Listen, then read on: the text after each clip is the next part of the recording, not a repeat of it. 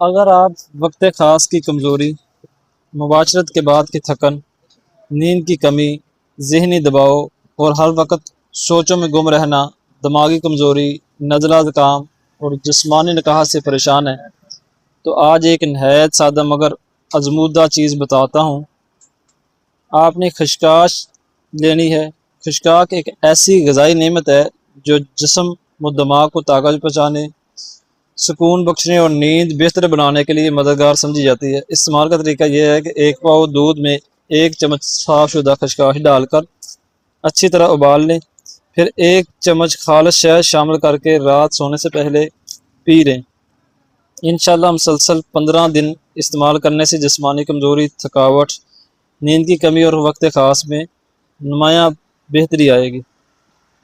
Note: یہ ایک عمومی معلومات ہے، کسی بیماری یا مسلسل علامات کی صورت میں مستند معالج سے مشورہ ضرور کریں۔